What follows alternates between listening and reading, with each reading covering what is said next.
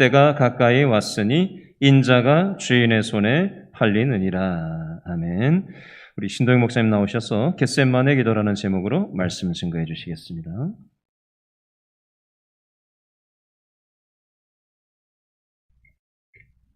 기도 한번 하시겠습니다. 자비로우신 하나님 아버지, 은혜와 사랑을 진심으로 감사드립니다. 우리 삶 속에서 여러 가지 반란을 겪고 때로는 고민하고 갈등하며 세상에서 허덕일 때에도 주님께서 우리를 바라보시며 지키시고 또 믿음을 주시고 지금까지 인도해 오셨습니다.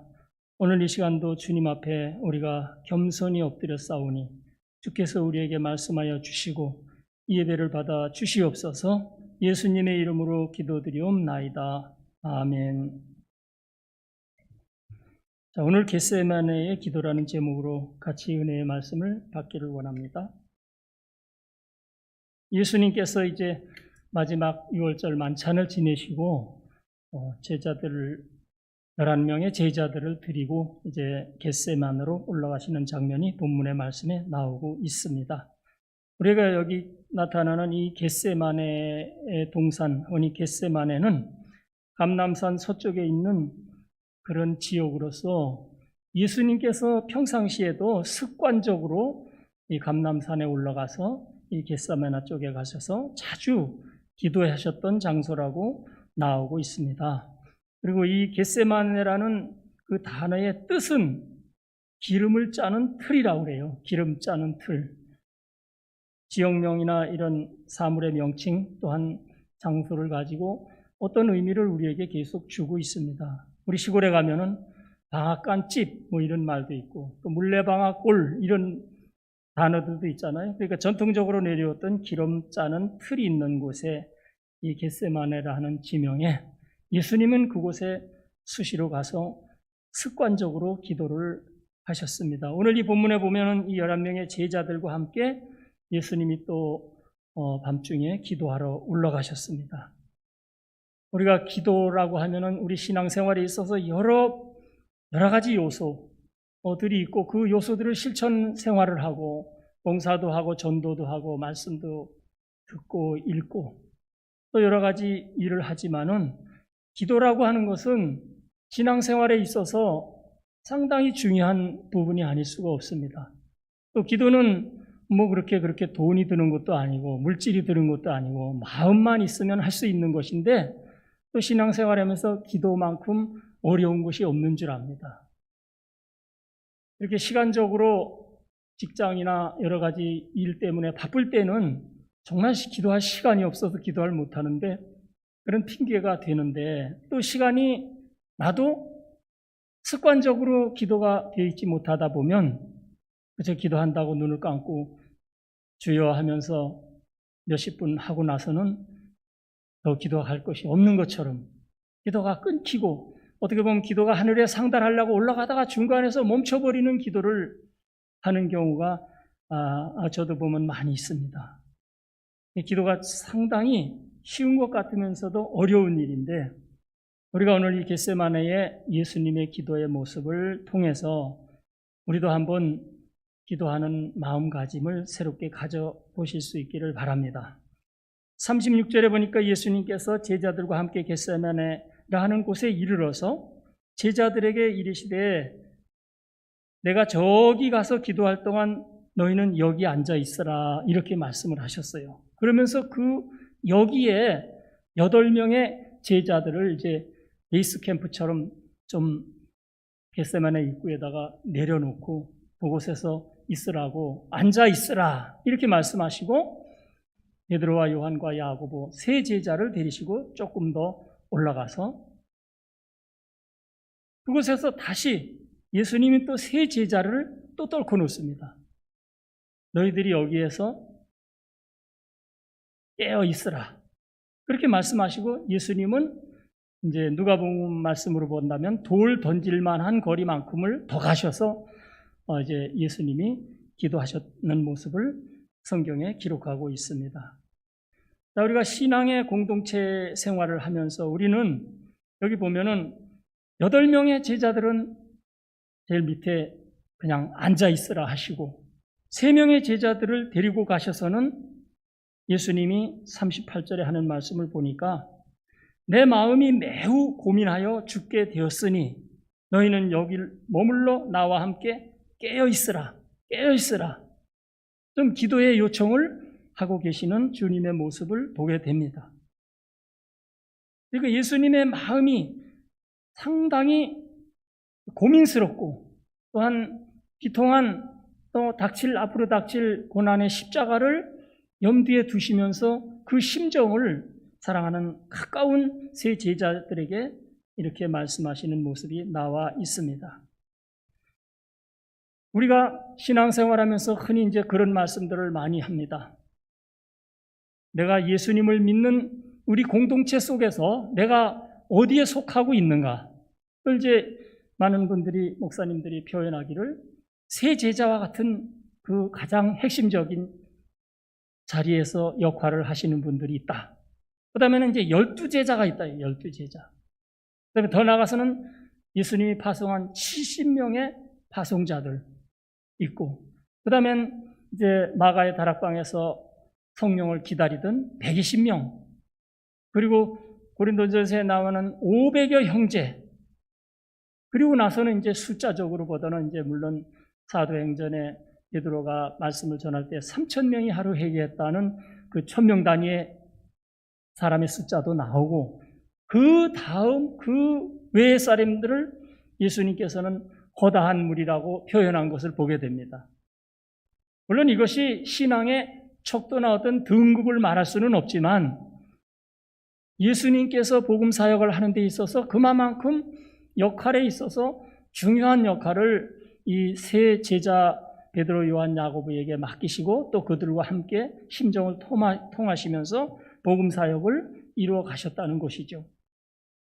여기 이렇게 세 사람에게 특별한 예수님의 사랑으로 가까이 했지만은 이 겟세마네 기도에서 장면에서 보면 역시 그들도 예수님을 실망시키는 그런 기도를 부탁했으나, 깨어있으라고 부탁했으나 1시간을 참지 못하고 이 겟세마네에서 잠드는 모습을 보게 될 때에 제자들이 수제자라고 해서 사실 특별한 것도 없구나 하는 생각도 들기도 합니다. 그러나 예수님은 인정으로, 인간적으로라도 이 세 제자에게 이와 같은 고민을, 이와 같은 죽게 된 심정을 토로하면서 깨어있으라고 함께하고자 하는 그런 말씀을 부탁한 것을 보게 된다면, 오늘 사랑하는 여러분들과 저가 이 가운데서 어떤 역할과 어떤 자리에 있든지 정말 그와 같은 주님의 심정을 이해하고, 또 그것이 이제 현실적으로 와서는 교회나 선교나 이런 목회 현장에서 앞장서서 그 사역을 감당하시는 그런 일꾼들, 사역자들에 대한 심정을 이해하면서 그 역할을, 나에게 주어진 역할이 무엇인가를 한번 생각해 볼 수 있는 그런 시간이 될 수 있기를 바랍니다. 예수님께서 이렇게 기도 요청을 해두고 정말 예수님은 죽음을 앞둔 십자가를 질 그 죽음의 위기 속에서 이런 절박한 기도를 부탁하고 있지만은 제자들이 실명을 끼친 것을 우리는 보게 됩니다. 예수님이 여기서 기도할 때는 이제 3번의 기도를 한 그 모습이 나오고 있습니다. 첫 번째 기도는 예수님께서 무슨 말씀을 하셨습니까? 조금 나가서 얼굴을 땅에 대시고 엎드려 기도하여 이르시되 아버지여 할만하시거든 이 잔을 내게서 지나가게 하옵소서. 할만하거든. 그러니까 이제 예수님의 기도의 제목이 할만하거든이라는 어느 정도 그 여지를 두고 이렇게 기도를 하시는 모습을 보게 됩니다. 3명의 수제자들에게도 기도를 부탁했지만 그들이 1시간도 기도를 하지 못하고 조는 모습을 예수님이 오셔서 보게 됩니다. 40절에 보니까 제자들에게 오시고 베드로에게 말씀하시되 나와 함께 1시간도 이렇게 있을 수 없느냐, 깨어 있을 수 없느냐. 당시에 1시간이라면 지금 시간으로는 아마 2시간일 겁니다. 120분, 우리가 영화 한 편을 보면 보통 150분이잖아요. 재미있는 영화는 120분 영화 보면은 온전히 아까울 정도로 벌써 끝났어 하는 그런 시간인데, 지금 이 세 제자조차도 예수님이 저 돌 던질 만한 그저 뭐 한 20-30m 앞에서 예수님은 피를 토하는 기도를 하시는데 이 세 제자도 자고 있었다. 그렇다면 아마 더 멀리 있던 이 8명의 제자들은 어떻게 했을까요? 아마 더 쿨쿨 잤을지도 몰라요. 자, 이런 상황을 본다면 예수님께서 8명을 여기에 두시고 조금 더 가서 세 제자들도 여기에 두시고 나는, 예수님은 저기 가서 기도를 하시겠다고 하신 말씀을 우리는 한번 생각해 봐야 됩니다. 여기와 저기에가 어떤 의미가 있는가? 여기에 둔 제자들은 오늘만 생각하고 지금 당장, 지금 졸리고 피곤하고 힘들고 나 지금 6월절 만찬 준비하느라고 얼마나 바빴는지 몰라. 낮에도 바빴는데 저녁 만찬까지 하고, 그리고 또 우리가 이렇게 산으로 올라와서 예수님 따라와서 지금 기도해야 돼. 그러면서도 이 제자들이 생각하는 것은 지금 당장 현실, 육신의 그 모습, 또 눈에 보이는 것, 이런 것들 뿐이 현실적인 것들이 생각을 하지 못하고 있는 겁니다. 믿음의 수준이 거기에 있기 때문에 그렇죠. 아마 저와 여러분들 중에 많은 분들이 다 이런 수준에 머물러 있을 거예요. 미래를 보기보다는, 나중을 보기보다는, 믿음으로 바라보기보다는 현실의 가능성, 타당성, 내 여건, 이런 데서 모든 것을 바라보고 여기에 머물러 있지 않는가. 그러나 예수님은 나는 저기 가겠다. 저기라는 것은 미래예요. 보이지 않는 거, 아직 가보지 않은 더 나은 믿음의 세계에 아직 이루어지지 않은 이 제사장들의 그 군속들이 무기를 가지고 예수를 체포하러 잡으러 오는 그 상황이 아직 도달하지 않았는데, 그 저기에 있을 일을, 내일을, 미래를 생각하면서 예수님은 나는 저기에서 기도하겠다고 말씀하고 있습니다. 오늘 사랑하는 여러분들과 제가 여기에만 살고 있지 말고 정말 저기로, 더 나은 곳으로, 더 믿음의 세계로, 더 주님과 가까이로 갈 수 있는 그런 바라봄의 믿음이 되어지기를 바랍니다. 믿음의 사람, 예수님을 따라가는 사람들은 믿음이라는 것 자체가 현실이 아니에요. 믿음은 현실이 아닙니다. 제가 간혹 저희 사든 목사님이 시각장애로 이렇게 선교 활동을 하시고 있는데, 그 행사 때 한 번씩 가보면서 느끼는 것이, 식사할 때도 본인이 잡수지를 못하는 거예요. 식탁 갖다 좀 옆에서 이렇게 좀 해주고, 설교하러 올라갈 때도 꼭 이렇게 붙잡고 올라가셔요. 그 목사님이 가끔 그런 얘기해요. 나는 내 혼자 여기 강단에 올라오지도 못하는 사람인데 하나님이 쓰셔서 이런 일을 하신다고. 그런데 여러분,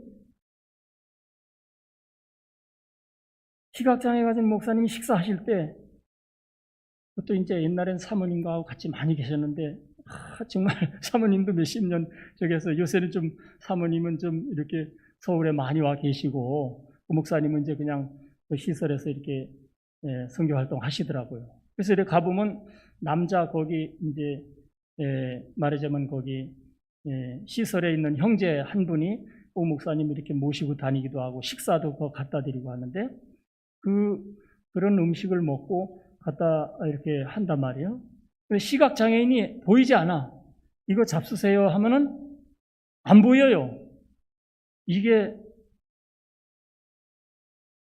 물이라 그러지만 이게 그냥 순수한 물인지, 아니면 이게 나쁜 물인지, 아니 더 나쁘게 봐서 이 음식 이게 무슨 뭘 탄 건 아닌지, 그런 거를 따지면 먹을 수 있을까요, 없을까요? 없어요.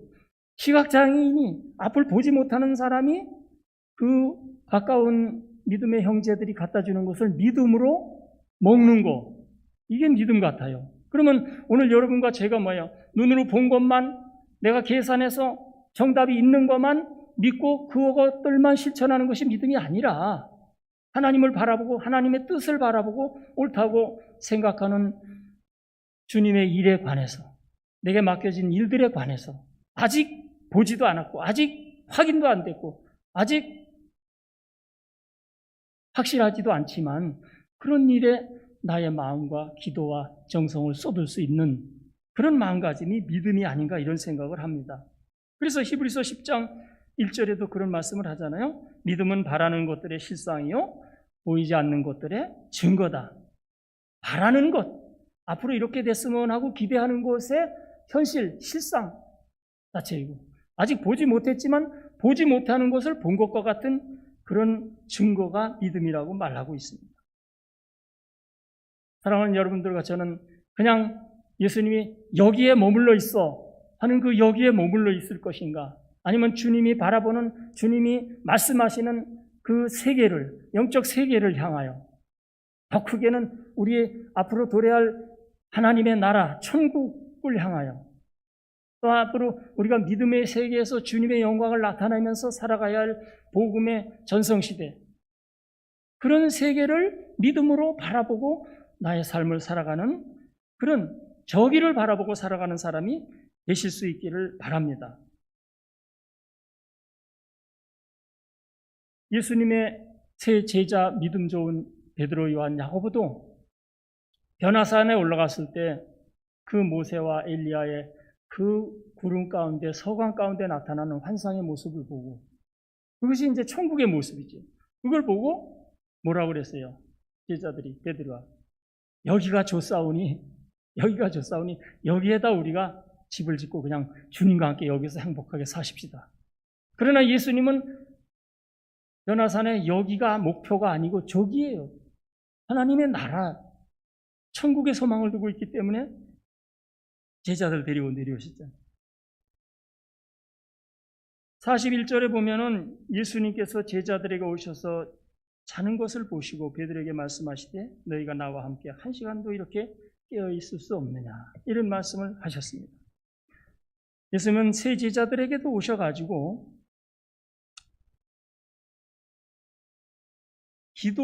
왜 겟세마네 기도를 예수님이 데리고 가셨는가?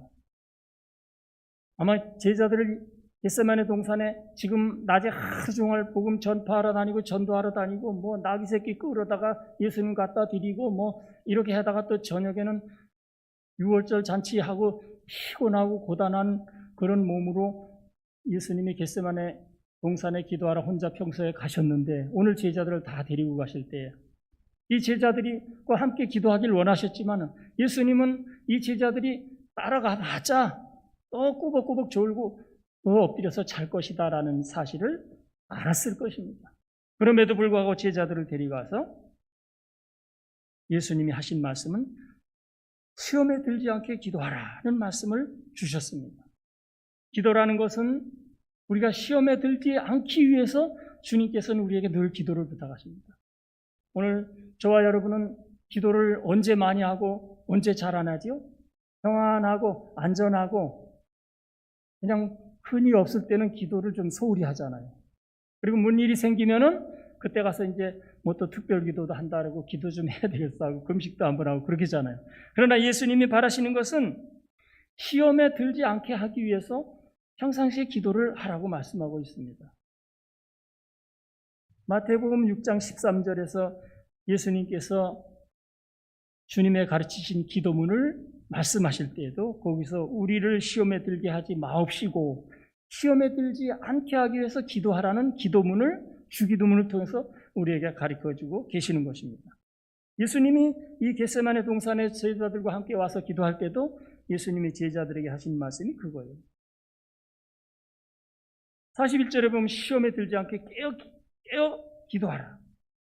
그리고는 마음은 원이로되 육신이 약하도다. 어찌 보면 예수님은 이 제자들을 데리고 다니면서 하늘의 뜻을 이루기 위해, 하늘의 복음을 완성하기 위해서 몰아치듯이 제자들과 함께 이렇게 역사하고 사역을 하셨어요. 그럼에도 불구하고 하늘나라를 보고 가시는 예수님과 보지 않고 말만 듣고 가는 제자들과는 그 거리감이 있잖아요.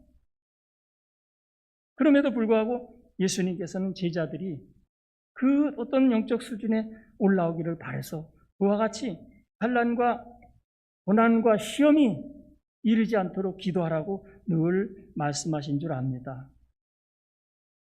여기 졸고 있는 제자들에게 와서 베드로에게 먼저 말씀하셨어요. 그 이제 왜 베드로를 불러서 말씀을 하셨을까? 베드로는 오늘 우리가 읽은 성경 마태복음 26장 그 전에 보면은 31절로부터 보게 되면은 예수님께서 베드로에게 네가 다 울기 전에 나를 3번 부인할 것이다. 이렇게 말씀하셨을 때 베드로가 뭐라 그랬어요? 나는 절대 주님을 배반하지 않습니다. 절대 주님을 부인하지 않습니다. 내가 죽을지언정 주를 부인하지 않습니다. 이렇게 구원장담을 했어요. 그렇기 때문에 예수님은 이 겟세마네에서 기도할 때 같이 기도할 때 하자고 해놓고 저만큼 가서 한번 기도하시고 나서 첫 번째 기도하고 나서 와보니까 자고 있단 말이에요. 예수님은 베드로를 불러서 말씀하고 있는 것입니다. 우리가 제자들의 심정, 예수님께서 정말 측은지심으로 천한 마음으로 제자들을 보시면서 하신 말씀이잖아요. 시험에 들지 않게 깨어 기도하라 하시면서도 마음은 원이로되 육신이 약하도다. 우리는 성경을 읽으면서 그래 그날 1시간 아니면 120분도 그래 예수님 기도할 때 같이 기도를 못하고 거기서 자고 있었나?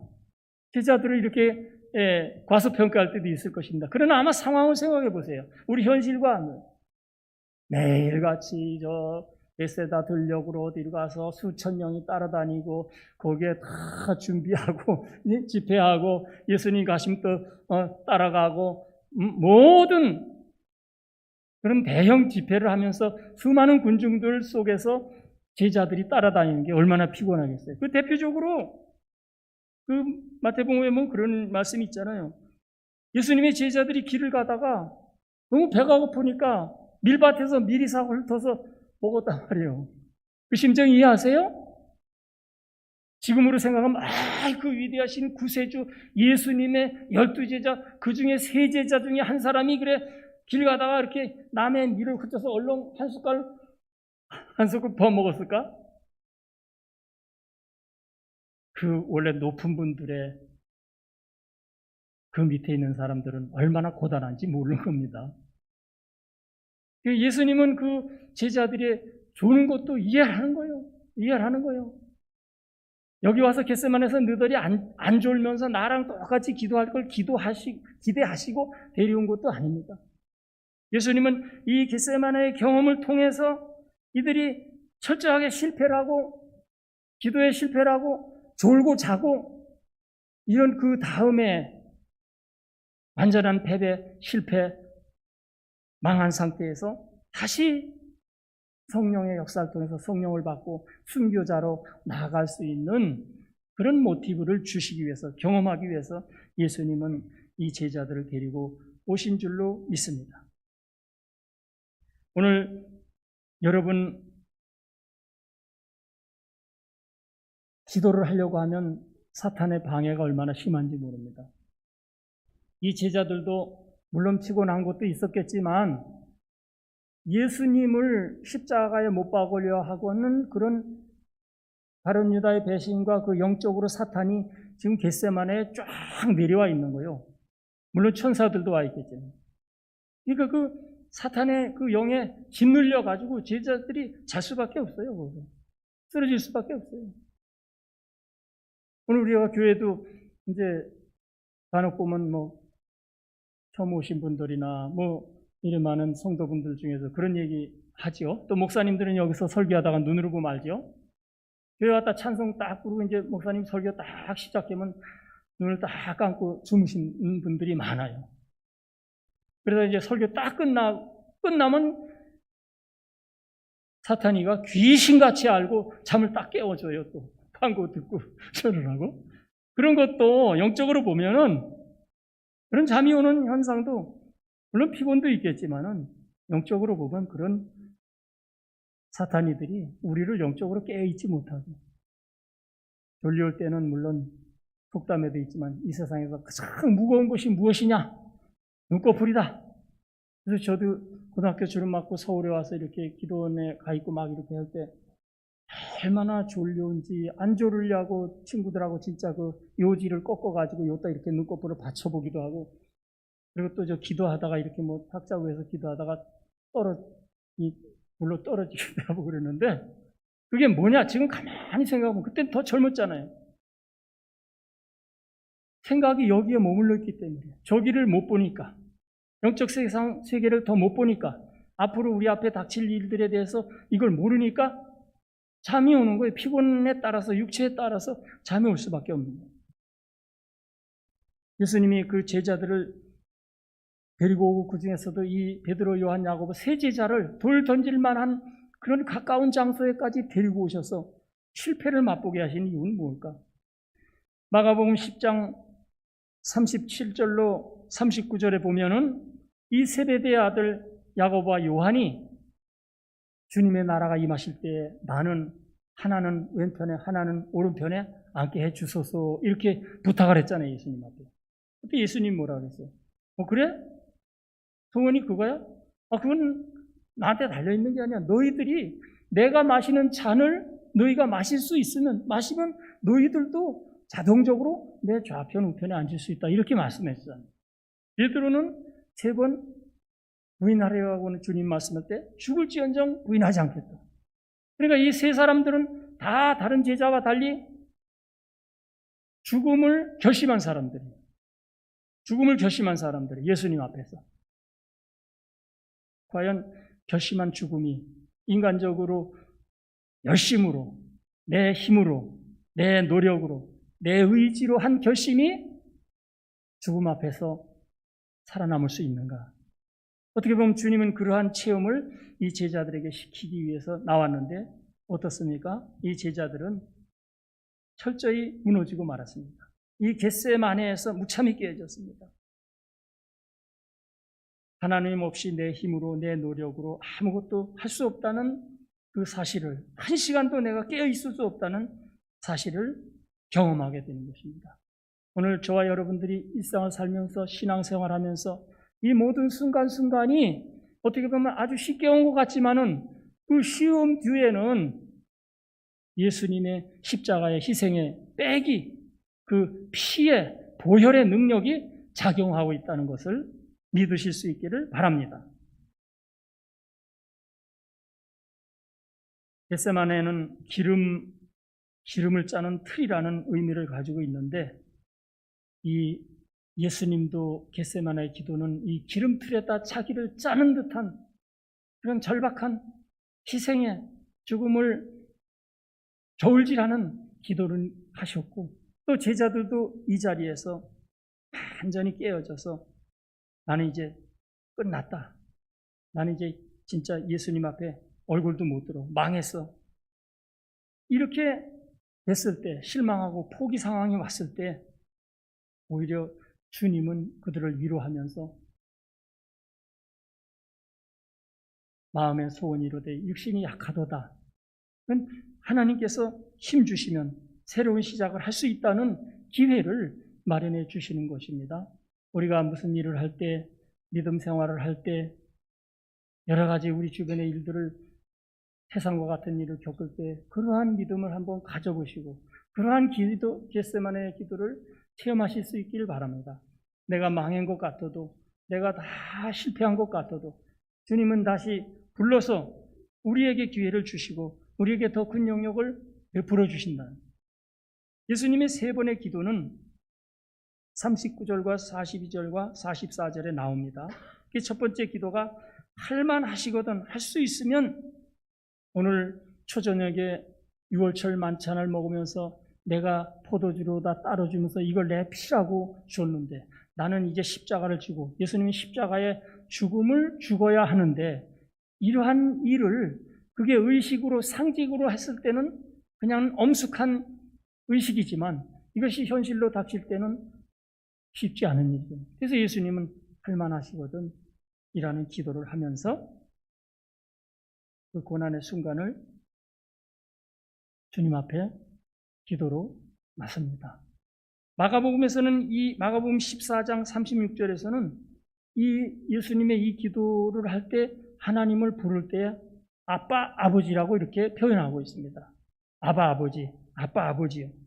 어린아이들이 아주 다급한 상황에서 아버지를 간절히 부를 때 아빠! 라고 부른 것처럼 예수님은 지금 어찌 보면 신성과 인성의 갈등적 상황, 인간 예수로서 이 죽음 앞에서 내가 신성을 따라서 과연 죽을 수 있는가? 그런 기도를 하고 그 다음에 가서는 이제 두 번째 기도에서는 내 원대로 마시고 아버지의 원대로 되게 하소서 하고 41절에서 말씀하고 있습니다. 그건 뭐냐면 이제 예수님은 인성을 포기하고 죽음을 각오하고 순종을 결심한 그 두 번째 기도를 하게 되는 것입니다. 여러분, 우리가 잘 아는 대로 모리아산에서 아브라함이 이삭을 제물로 바칠 때 그 심정과 똑같은 것입니다. 아브라함이 이삭에게 그 제물을 태울 장작이나 이런 걸 심고 가다가 중간에서 물어보잖아요. 이삭이, 아버지 여기 나무하고 이런 불하고는 있는데 제단에 바칠 어린 양은 어디 있습니까? 근데 아브라함이 하나님이 준비하셨다. 현장에 가서 제단을 쌓고 장작을 쌓아놓고 그 후에 이제 제물을 올리려고 할 때 아브라함이 이삭아, 오늘의 제물은 바로 너란다. 이렇게 했을 때 이삭이 어떻게 했어요? 심정이. 그냥 그래요? 그리고 쑥 올라갔을까요? 여기에서 지금 겟세마네에서 예수님이 기도하는 것을 똑같이 했을 거라고 저는 봅니다. 아버지, 100세 된 아버지, 이거 안 하면 안 될까요? 할 수만 있다면 제가 여기 좀 안 올라가면 안 될까요? 그렇게 이삭이 했을 거예요. 아브라함은 이거는 하늘의 뜻이다. 하나님의 말씀이다. 하나님의 명령이다. 이제 이삭이 거기서 그렇게 했겠죠. 결론적으로. 아마 그러지 않고 아이고 나 죽기 싫어했으면 도망갔겠죠. 도망갔을 거 아니에요? 아브라함이 100세인데 이삭은 그때 17 뭐 이렇게 한참 육상 선수 하면 올림픽 선수가 될 나이인데 도망갔으면 도망갔겠죠. 이삭이 순종을 한 거예요. 할만하시거든요. 그렇지만 정 아버지의 뜻이라면 내가 순종합니다 하고 순종의 죽음을 제물이 된 이삭. 그래서 이삭을 순종의 사람이라고 그러잖아요. 야곱은 거짓말을 시켜가면서 축복을 얻어내긴 했지만 야곱의 생애는 수도 없는 우여곡절, 고난, 페르벨 일들이 수도 없이 많이 있었지만 이삭의 삶에는 순종의 결실로 축복만 있었어요. 그랄 지역에서 100배의 축복을 누렸다. 이삭은 참 순종적인 예수님을 상징하는 순종적인 인물로서 모리아산 제사를 통해서 순종의 열매를 맺었습니다. 예수님도 지금 이와 같은 심정으로 기도를 하고 있는 것입니다. 예수님의 기도도 내 소원, 내 기도에서 하나님의 소원, 하나님의 기도 쪽으로 옮겨가는 기도를 하게 된 것입니다. 그리고 이제 세 번째 기도에서 같은 말씀으로 44절에 보니까 같은 말씀으로 세 번째 이렇게 다시 기도하는 것을 보게 됩니다. 오늘 여러분과 제가 기도할 때에 어떤 상황에서도 처음에는 우리 앞에 닥친 일이나 내가 해야 할 기도를 그걸 먼저 기도 제목으로 하고 내 소원을 이루어 주시고 내 문제를 해결해 주시고 이렇게 시작은 하지만 그것이 숙성되고 또 발전해서 이것이 하나님의 뜻 쪽으로 옮겨가는 그런 기도의 사람들이 다 되실 수 있기를 바랍니다. 그럼 예수님의 겟세마네 기도의 모습을 한번 보겠습니다. 어떻게 보면 제자들은 그거 남겨놨는데 예수님이 기도하라고 하셨는데 처음부터 야 우리 자자 하고 자리 깔고 잤을까요? 그렇지 않겠죠. 양심이 있잖아. 예, 기도한다고 이제 했겠죠. 주여 주여 하면서 아버지 하고 주여 주여 하면서 중언부언 하다가 아마 잠이 들었을 거예요. 몇 분, 10분, 20분 했는지 모르겠으나.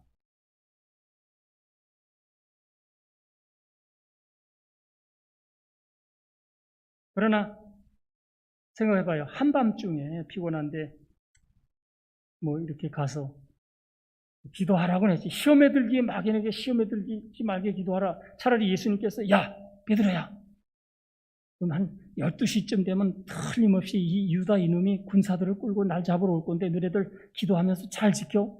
아마 이렇게 말씀하셨으면 그래요 그러면서 몽둥이 하나씩 가지고 보초 쓰는 심정으로 경비 쓰는 심정으로 깨어 있을지도 몰라요. 그러나 예수님은 그래요. 시험에 들지 않게 그냥 깨어서 나와 같이 기도하라. 내가 지금 고민이 돼서 죽을지입니다. 그러니까 예수님의 계획을 예수님이 닥칠 일에 대해서 제자들이 모르는 거예요. 그렇게 심각한 줄 알았다면 제자들이 어떻게 했겠어요? 서로 꼬집어서 야 졸지 마! 꼬집어서 야 임마 졸지 마. 저도 그 신앙생활하면서 단체 생활도 좀 해보고 그랬는데 한중에 기도하다 보면은 놀면은 옆에 친구가 툭 쳐요. 졸지 말라고. 그러면 그거 기분이 어떤지 알아요? 안 졸았다는 거예요. 나 안 졸았는데 너나 잘하지. 쌈나요 막. 그런데 이 제자들이 정말 심각한 줄 알았으면 서로 깨워주면서 기도했을 텐데 그런 생각도. 또 기도 방법에 있어서도 이 사람들이 아마 주여 주여 하다가 우리 고개 숙이면 잠 오잖아요. 바로 잤을 것 같아요. 그러나 예수님의 기도는 어땠을까? 우리가 기도를 할 때도 얌전히 앉아서 이렇게 묵상 기도하다 보면 잘 졸지요. 이제 묵상 기도도 좋긴 좋은데 묵상 기도는 정말 영적으로 수준이 있는 사람들이 많이 하게 되지. 그러나 우리가 일반적으로 기도해서 기도 간절히 할 때는 때로는 통성으로도 기도하고 몸을 흔들면서도 기도하고 오죽하면 졸리니까 이제 우리 박 목사님, 담임 목사님 같은 경우는 그런 거 우리 처음 봤잖아요. 옛날에 금요철에나 뭐 기도하면 여기서 그냥 했지. 목사님 왔다 갔다 하시면서 기도하잖아요. 제자들도 그 겟세마네에서 왔다 갔다 하면서 뭐 이쪽에 와서 기도 딱 하고 나서 돌멩이 하나 갖다 놓고 이쪽에 또 한참 기도하다 또 돌멩이 하나 갖다 놓고 이렇게 했으면 좋을까요? 안 졸어. 개념이 없이 그냥 주여 주여 하다 모두 다 코를 골고 잔 겁니다. 여러분, 저도 어릴 때 유교식 그 방학 때 되면 이제 동네 서당이 있어가지고 훈장 할아버지가 있으면은 서당에 가서 그때 뭐 천자문 배우고 동문선수 또 대학 수학 읽고 그러면 그 서당에서 공부할 때도 어떻게 유교 사람들도 유교가 조용하긴 조용한 거지만 그 공부하는 학동들에게는 책 읽을 때 가만히 이렇게 앉아서 읽질 않아요. 전부 다 소리를 질러가면서 하늘천 따지 하면은 다 같이 하잖아요. 급수가 다른 게 아니야.